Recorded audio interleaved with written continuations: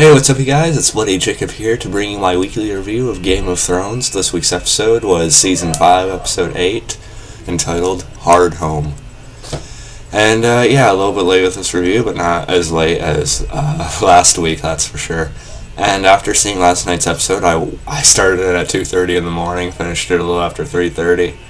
And, the episode just blew me away. It's probably the best episode of the season, I'd say. And as far as battles go on the show, this is probably right up there with the best, if not the best we've seen so far. I know we had that great episode last season, Season 4, I think it was Episode 9. The big battle with Jon Snow on the Night's Watch, and with the wildlings on the wall and stuff like that. It's really close to being better than that one. It's really hard to put anything over that battle for the wall, but this may take it, I don't know. But, so let's talk about that right away. The battle. Jon Snow, of course, going with sort of like the de facto wildling leader. Of course, I know his name, sort of, but I just would butcher the pronunciation of it. But you guys know who I'm talking about. He goes with him to sort of start talking to the wildlings about, trying to make them realize that, to save their people, they need to not forgive the Night's Watch. Neither side needs to forgive the other, but they need to sort of just briefly put aside their differences for this greater threat that's threatening both sides, you know what I mean, which is, of course, the White Walkers. And wow, I did not expect this. I mean, Game of Thrones is of high quality every week, but this epicness, if that's a word, I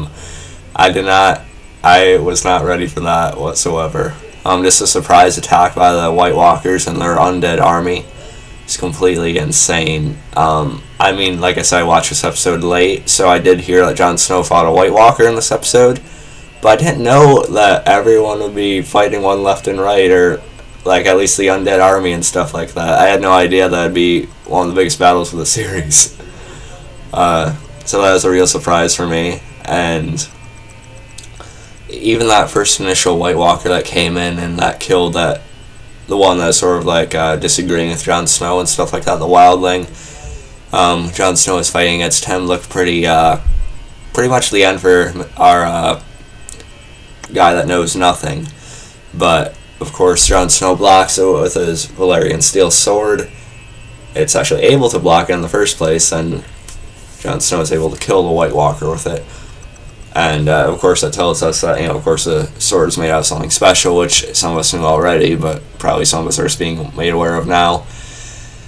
So that fight was pretty intense by itself, but then we had the whole undead army coming, as we seen, a great, beautiful, and eerie, gloomy, dark shot of the White Walkers on their horses on the mountains above, and then we see the undead army just trying to break down the gates. And people are comparing it to The Walking Dead, saying how it blew Walking Dead out of the water.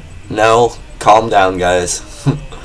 Not that this episode isn't better than a Walking Dead episode, but to compare the zombies on this and the walkers or zombies or whatever on The Walking Dead, there's very different styles, one's very supernatural and based around fantasy and stuff like that, and the walkers on The Walking Dead are more realistic, traditional horror type of zombies, you know what I mean? So they're two totally different versions and two totally different shows.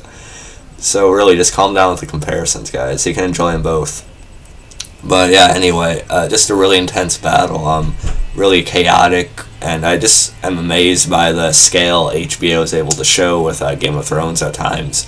It's better than most movies you see, as far as the battle goes. The choreography is really good, and just everything they show in one frame, one shot, And even that giant of the wildlings have going around, he was kicking ass, bashing groups of undead left and right, stomping on some of them. He was getting really frustrated, just tossing some off his back over and over. I thought it was really badass, and he actually survived, which is good. Unless he died when he went into the water, I don't know. But I'm hoping we'll see that giant again. Maybe he'll be a little bit more prominent. I don't know. But that was cool anyway. And Jon Snow and most of the Night's Watch, fighting their hardest to, for themselves and for their land and stuff like that. It's just really good to see. Just you can see like the desperation and the intensity of it all, and like even that wildling. I don't know if she had a name or not, but the wildling that gave her children to the other, that sailed off on that boat just before the White Walker attack. She is unfortunately, she's seen the kids, the undead kids, and then she just couldn't bring herself to fight against them, and she didn't let herself, but she just couldn't defend herself. She couldn't bring herself to defend herself, so she was killed pretty brutally. We see her turn into a White Walker at the end, and we see who appears to be the White Walker king again.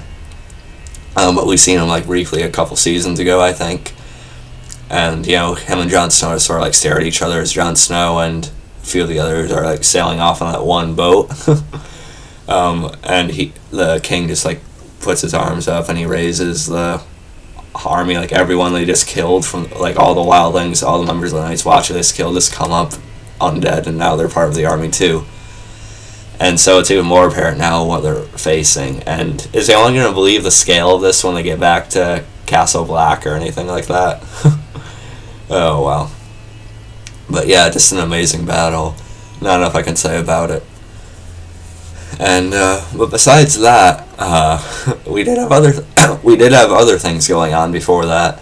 Of course, we see at the beginning of the episode Sansa having another exchange with Theon or Reek, and of course I really like the scene between Sansa and Reek because Sansa's trying to bring back the Theon side out of him, and she's slowly starting to do it. I think the season might end with Reek or Theon actually coming back out and helping Sansa, hopefully, and Sansa kind of shows her disregard, not her disregard, but what she has against Theon for supposedly killing Bran and her other brother, the brother that hardly ever shows up anyway. But Theon reveals I never actually killed them. It was just two farm boys that he found when he couldn't find Bran and the others, and they burned them alive so no one would know it wasn't them. And so that gives Sansa some leeway with Theon, I think. And I just think they're both really good actors. They both have really good chemistry together, so I really enjoy their scenes. So that was good. We also seen Cersei. She's still being held by the High Sparrow. She is being brought in like ladles of water, and she's being told to confess to like all the charges she has against her, like the incest and the things of that nature. Not just the incest, but like all the crimes that Lancel had told the High Sparrow of. And, Cersei's just refusing, and so the water's dumped on the floor, and she tries to lick it up. And she still promises to that guard that, she'll be the last face she sees before she dies. We'll see. But, again, I'm kind of hoping Cersei actually does try to come around and try to change herself eventually, if that's even possible, I don't know. But I still like Cersei a lot. She gets on your nerves, but yet, you gotta love to hate her, at the very least.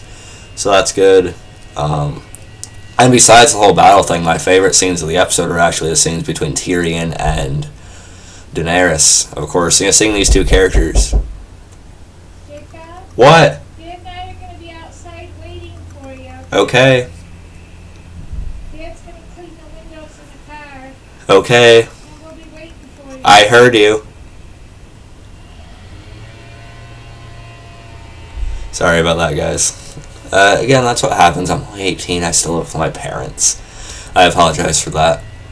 Hopefully, you don't make too many jokes with that being shown there. But yeah. But anyway, Tyrion and Daenerys scenes, just some great exchanges between them. Just seeing these two characters interact like they did in this episode is really, really awesome. Because we've been waiting for this for a few seasons now, sort of, and. Of course, like I said, Tyrion is going to be able to help Daenerys, sort of like run what she has now and sort of like hopefully lead her to the Iron Throne. And Tyrion sort of gives her the idea that maybe she doesn't need to do that. Maybe she can sort of, stay here and sort of build up what she has here first, But of course, Daenerys is determined to take back what she thinks is hers, that being the Iron Throne, her true home. I know it's kind of sad what happened with Jorah, Daenerys sending him away again, Tyrion sort of being asked to advise Daenerys on what he should and what she should do with Jorah. And yeah, Tyrion is kind of fair on it. He tried to give Jorah some leniency, like saying, he does have like love for her, and he hasn't seen like anyone like have that kind of passion for her or anything along those lines. But yeah, he had to be realistic about it, like being neutral and stuff like that. So he just sort of told Daenerys that wouldn't look good if she like just forgave him either. But she also can't kill someone who shows as much dedication to her as he still does. But yeah, so I think Jorah's gonna come with something else to do for Daenerys, or try to do something else, because he still has the grayscale and he's dying. So he's gonna follow all the stocks here. You know what I mean? But yeah, so that was all really good, and yeah, I'm kind of in a rush to complete this video, but I hope you guys still enjoy it. But yeah, overall, a very, very good episode, one of the best, probably the best episode of the season so far, I'd say. And of course, that battle with the surprise White Walker attack was incredible, and one of, if not the best battle in the series we've had so far. Cersei stuff was good, the Sansa and Theon stuff was good, Tyrion and Daenerys, the scene between them were just really well written dialogue, with them talking to each other about themselves. Just great dialogue.